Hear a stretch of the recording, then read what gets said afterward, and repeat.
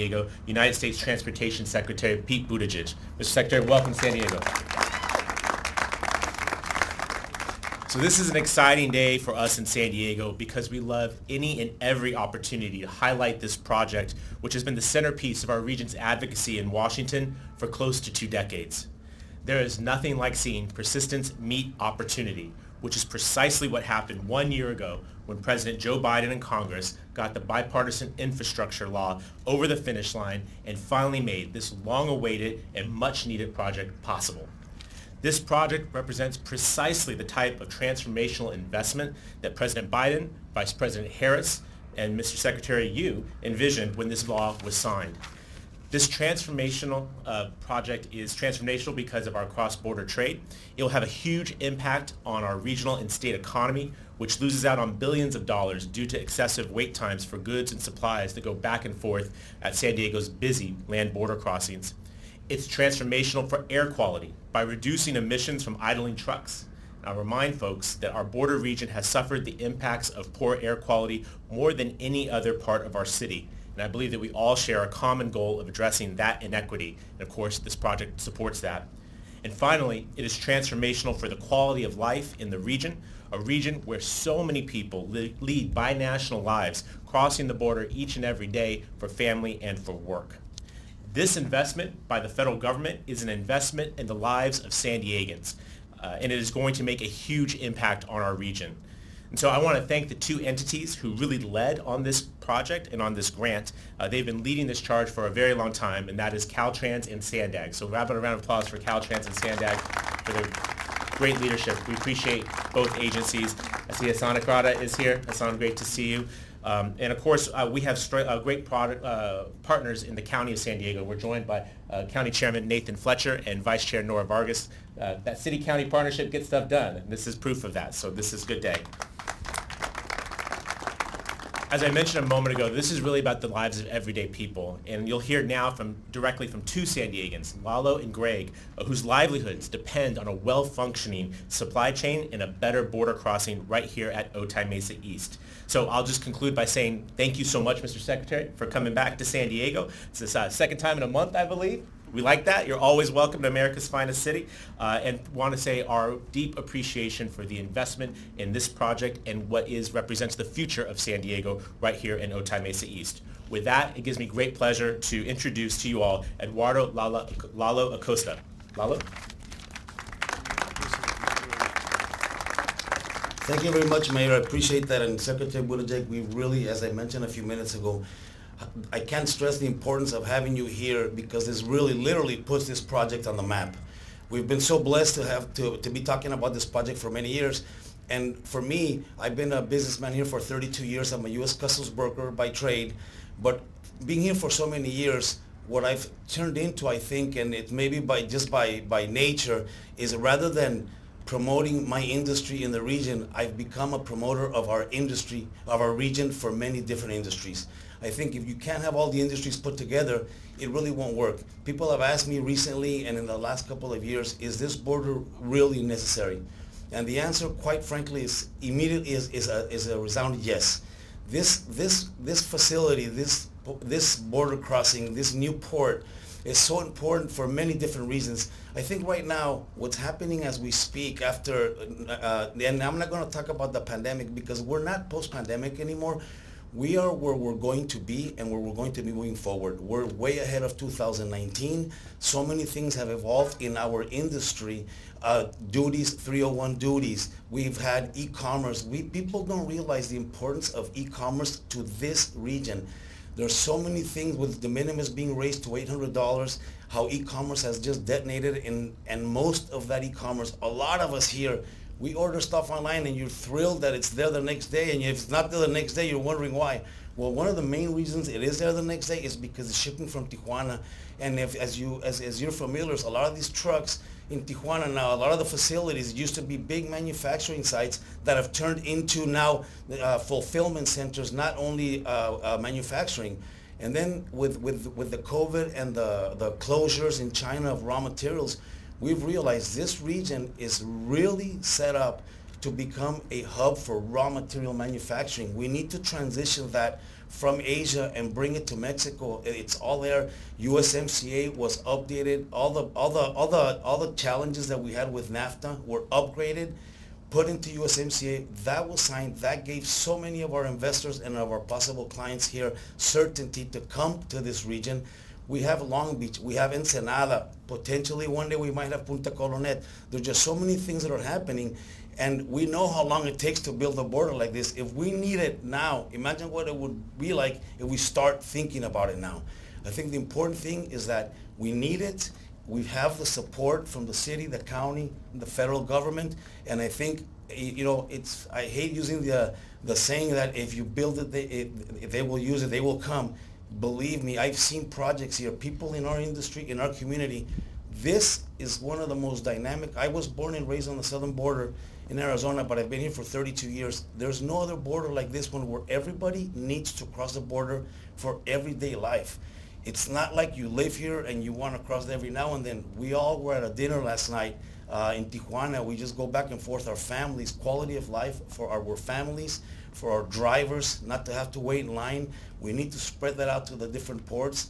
My colleague Greg is going to speak in a few minutes. One of the most important things is, and I'll give this as an example. Right now, if a trucking company has to use 50 trucks to cross the border for 50 entries, imagine if we could do that with 30 trucks. What it would do to the wear and tear on our roads, to our air quality, as the mayor mentioned, to the quality of life of these drivers who get paid by the crossing.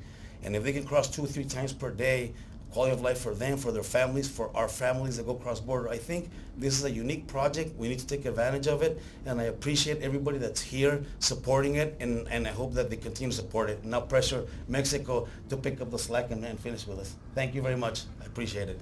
Now, it is my pleasure to introduce a colleague of mine, a fellow user of the port from the California Trucking Association, Greg Dubuque.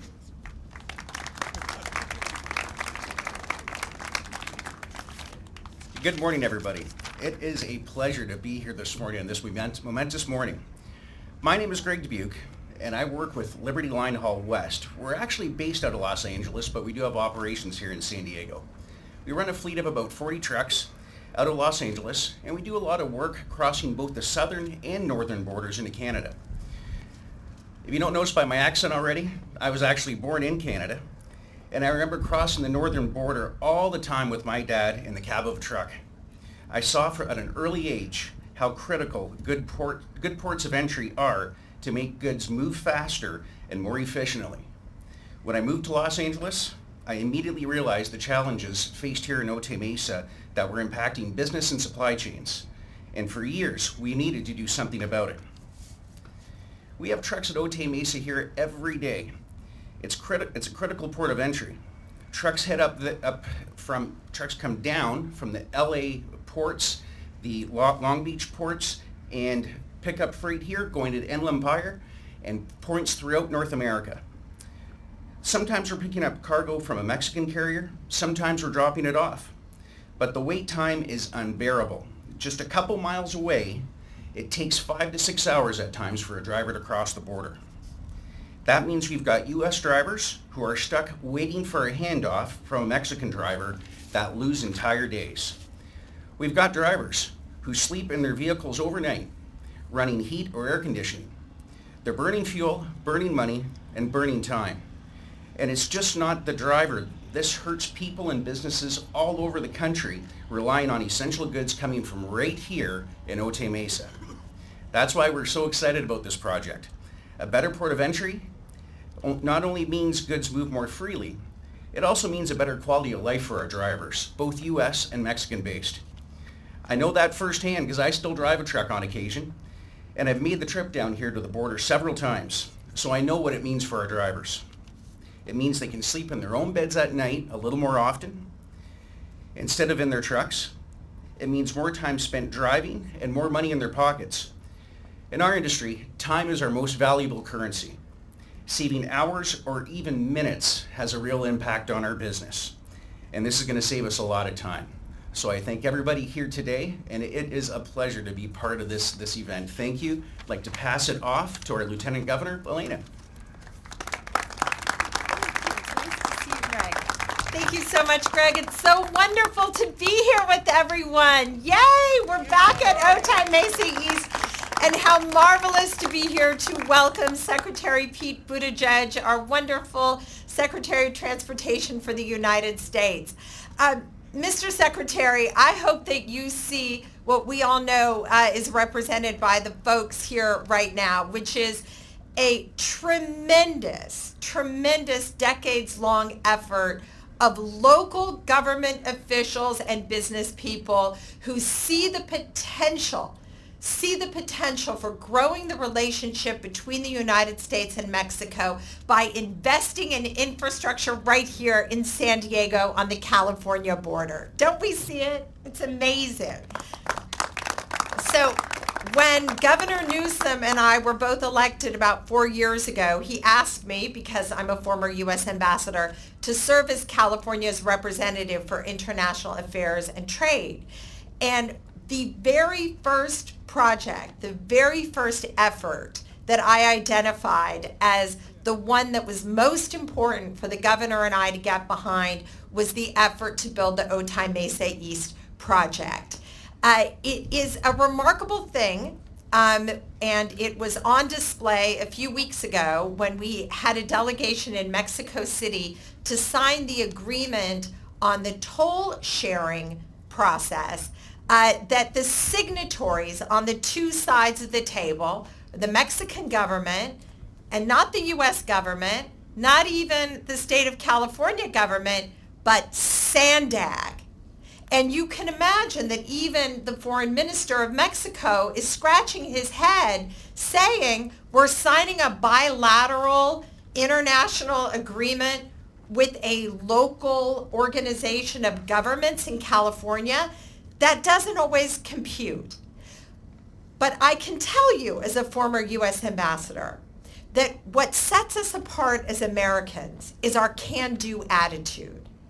And the work of SANDAG and the can-do attitude of the people of the region of San Diego, of this incredible region that represents both sides of the border, is so remarkable, and that is the driving force that has led us here today.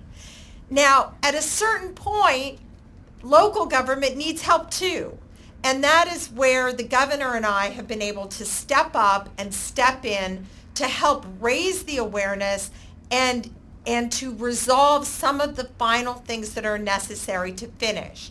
And so let me just recognize and commend the government of Mexico for the tremendous steps forward they have made over the last few years to complete their side of the border crossing, which is obviously necessary. And Mr. Consul General, thank you for being here representing Mexico in moving forward with the groundbreaking on the Mexico side. Thank you for your work. We're so grateful. And then, of course, the role of the federal government. Now, it is probably not lost on you, Mr. Secretary, on anyone here, that only in California do we come together repeatedly, I think this is my 5th time here, repeatedly to celebrate what happens on the border between the United States and Mexico. Mexico is our most important foreign partner to us here in California. And whenever we come, whether it's for our groundbreaking or agreement signing, we celebrate what goes on in this relationship. And for you, Mr. Secretary, to be here representing President Biden and all the people of the United States in recognizing your $150 million contribution to building the customs building here. Let me just say, this is now the most recent high point in getting this project done. There is, however, more work to be done. So as we celebrate and recognize your leadership, Secretary Buttigieg, in helping to build the customs facility, we also need to remember that we will need additional support, engagement, and investment by the federal government to bring this project to completion. And when it is completed, more great things will come, including having people and products and trucks passing through what will be the state-of-the-art crossing here between the United States and Mexico. So with no further ado, I hope everyone will join me in gratitude and recognition of Secretary Buttigieg's leadership in helping to deliver the funds to build the Customs Center here, and also in anticipation of your ongoing support to bring this project to completion. With no further ado, ladies and gentlemen, former Mayor and current Secretary of Transportation of the United States, Pete Buttigieg. Thank you.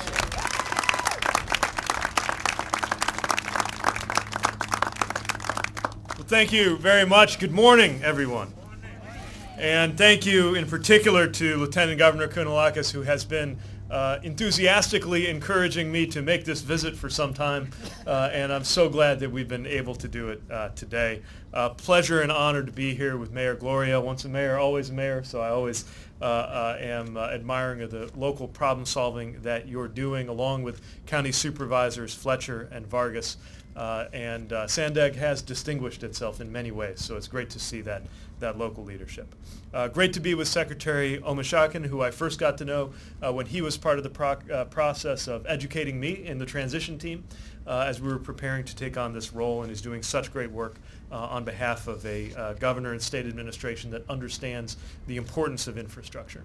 And it's a pleasure to be here with my own colleagues, including colleagues from FMCSA that we'll be with shortly, our terrific Motor Carrier Safety Administrator, Robin Hutchison, and of course our Deputy Secretary of Transportation, my partner in working to build good things well, Polly Trottenberg. Thank you all for the warm welcome and for the terrific work that has led us to this point. We are here to talk about how we're building a stronger and more resilient American economy, and to celebrate a great example of that in this project that will create jobs and reduce costs for folks here in San Diego County and across the country. It's possible in large part, I want to emphasize, because of the work of the entire California delegation, including so many of your representatives in Congress and your two senators, who said that yes, it is time to put away the repeated talk of so-called infrastructure weeks coming and going without result, and instead work across the aisle and work with President Biden to deliver a historic infrastructure package, investment that is going to be benefiting us for the rest of our lives. You have shown what can happen when state and local leaders come to get important things done, and you've shown the philosophy of programs like the one that is providing this funding, which is that we're not going to think of all the great projects from headquarters in Washington. The ideas come from around the country, but more of the funding should come from Washington, and that's why we're here. Now, when people think about transportation, they often think of some things more than others, the things that most people use, roads and bridges and seaports and airports. But safe, secure, and high-tech border crossings are a vital investing in our land ports of entry. They're important for ensuring safety, for securing stronger supply chains, and that's especially true in this region, one of the nation's busiest, most economically significant land ports. In 2019, nearly $50 billion worth of goods, along with 112 million people, passed through San Diego's two ports of entry.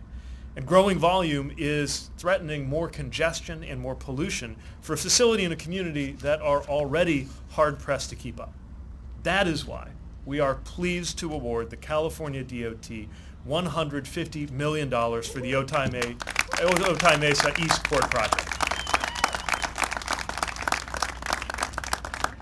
And let me just briefly illustrate some of the things that funding for Otay Mesa will bring. A new inspection facility for commercial trucks, 10 new lanes for incoming vehicles, state-of-the-art inspection equipment, zero-emissions chargers for staff vehicles, and state-of-the-art technology designed to make the entire operation safer and more efficient. Significant benefits include, for one thing, a new and improved inspection facility, meaning that we can keep goods moving through our supply chains more efficiently, which is even part of the fight against inflation because it keeps shipping costs under control. It means we can better ensure the safety of commercial truck drivers, their vehicles, and the goods that they carry. And I really appreciate Greg conveying that perspective of those for whom infrastructure is a workplace as well as a tool. I think about the math of what it means to reduce those hours spent here. Less time wasted for truckers means more time at home with loved ones. It makes both an economic difference and a difference in terms of quality of life, as well as lower costs for consumers. As major international freight and industrial hubs, border towns and locations like this also stand to see more economic growth in the manufacturing, warehousing, distribution, research and development, and other sectors, creating so many jobs here. And that's why I also appreciate Eduardo's examples on behalf of the business community, that everyone wants to come to San Diego, but no one wants to wait in line, as he said. And the project carries so many benefits for businesses, truckers, consumers, and residents. So it's good for consumers, strengthening our supply chains. It's good for truck drivers, saving time and money. It's good for the people who live here, who will experience less traffic and pollution. But I also want to emphasize this is just one of dozens of projects that we have been able to support, many of which are right here in Southern California. For example, picture one of those trucks that's going to come through Otay Mesa. It might head north to a warehouse connected to the Port of LA, where we recently announced $20 million to build a new 4-lane roadway and bridge, which will save truck drivers a total of almost 2,500 hours every day. Another truck might be on its way to one of those distribution centers in the Inland Empire, where we just awarded $15 million around Fontana for better bridges, crosswalks, streetlights, and bike lanes. That truck will move more efficiently, and just as importantly, students on their way to Etiwanda High School will no longer be sharing the road, competing with that truck in order to safely get to school, because they will have an adequate and safe route to school. I want to end just with a broader thought, which is the historic context of the work that we're doing. Being able to say yes to great project proposals like these improvements to Otay Mesa East. Being able to make improvements everywhere from here at the border to places 1,000 miles inland. Coming in the context of what I like to call the big deal. We had the New Deal under FDR, under President Biden, the big deal. Investments that are not just improving transportation infrastructure, but clean water, broadband internet access, and investments in human beings, in our families, in our lives, lower prescription drug costs, veterans benefits that have long been sought, and bringing more high-tech manufacturing to America. This administration is demonstrating what happens when we put aside special interests and focus on making life better every day for every American, and that is exactly what is going to come of this project. So again, I want to congratulate all of the leaders here for your vision, your hard work. The work is not done, but this is a major milestone, and we're delighted to celebrate it with you. Thank you again for everything that's brought us to this point.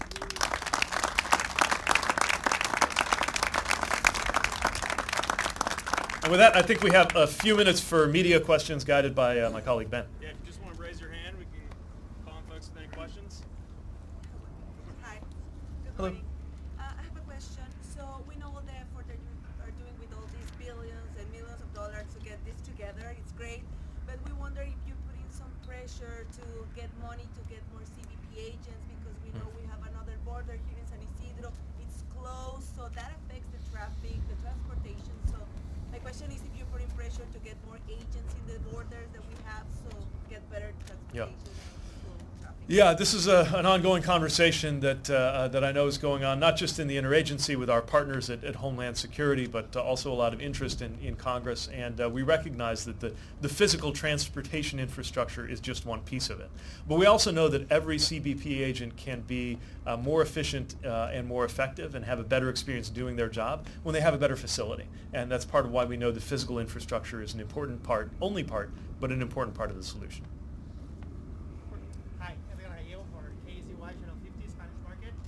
How is it going to work security? Because we have this massive crossing in the other borders right here in San Diego. Is it going to work like stronger security in this port?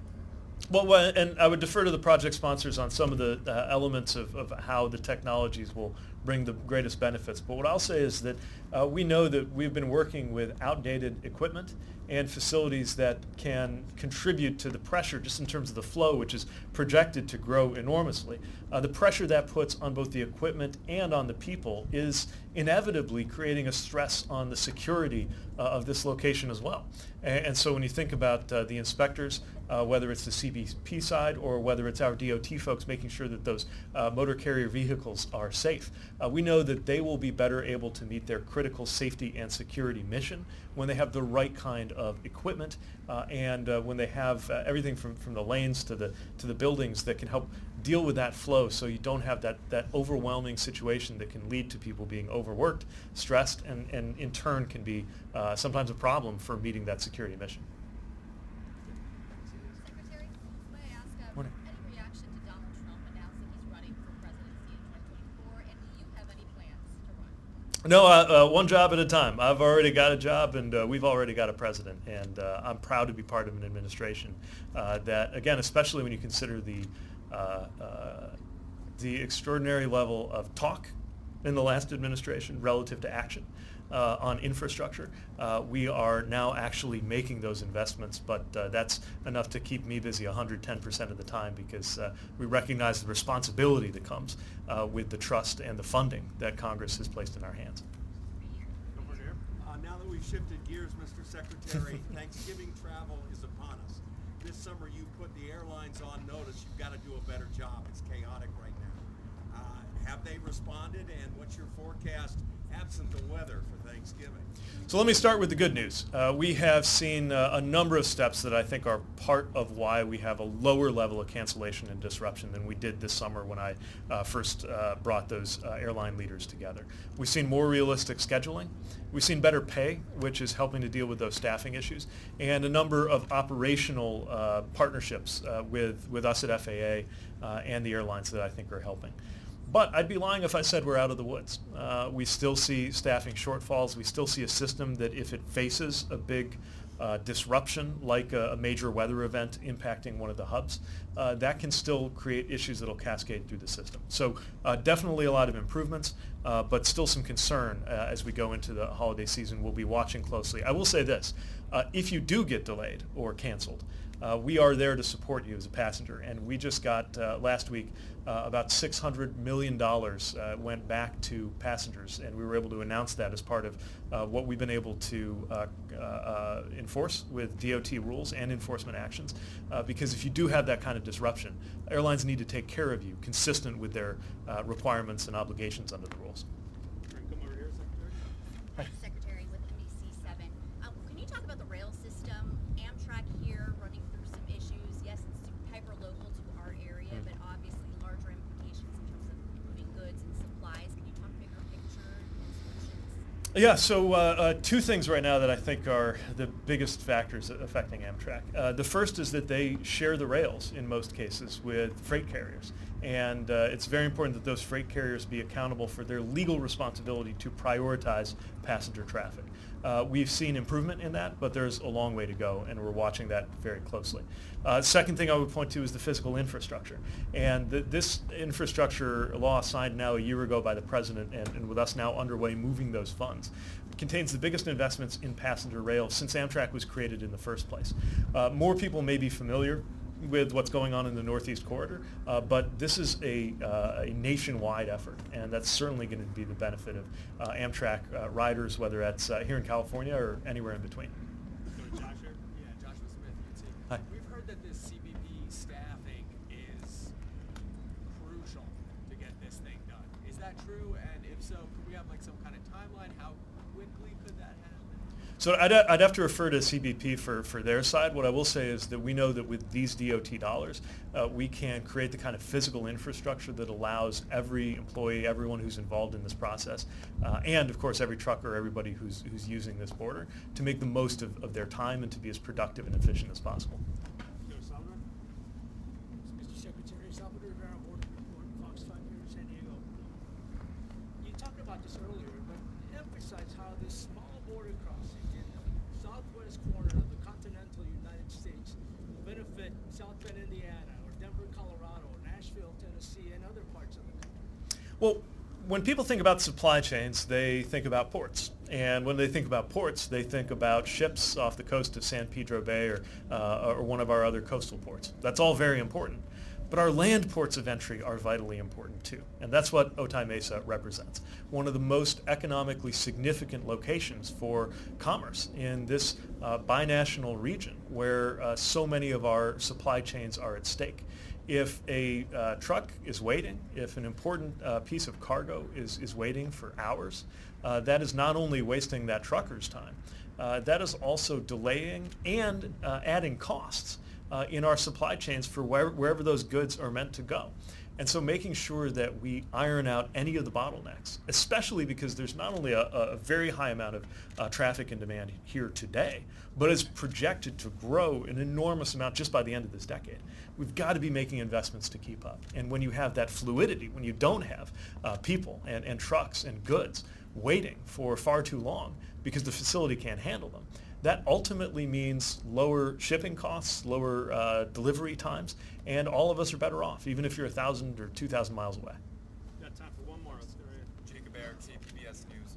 So what has to happen both on this side of the border and on the other side in order for vehicles to actually be coming back and forth? I know you didn't give a timeline, but can you tell me what else needs to happen here? Yeah, and I might refer to one of the project sponsors to give a little more detail about the binational relationship and how that fits. I'll tell you, our piece is principally to make sure that any traffic that whether it's inbound from the U.S. side or as it meets the U.S. highway system, that we have the resources to accommodate that and the technology to make a more efficient process of the inspections. But in terms of the architecture of the other pieces going into the project, I wonder if the Lieutenant Governor might want to add something. Thank you very much, Mr. Secretary. So again, we mentioned most of us in this group were in Mexico City signing an agreement on the toll sharing. That was a huge step forward. And our U.S. ambassador was very helpful, and the federal government in general, in facilitating that.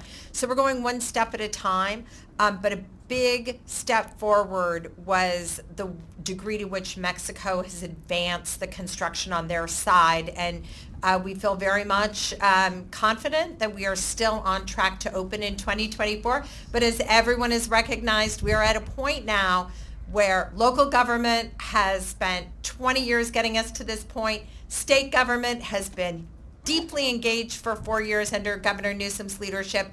We need the federal government to step up and help us with the staffing.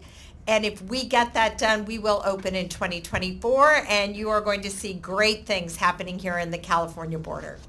Thanks, everybody. That's a wrap. Thanks, Ron.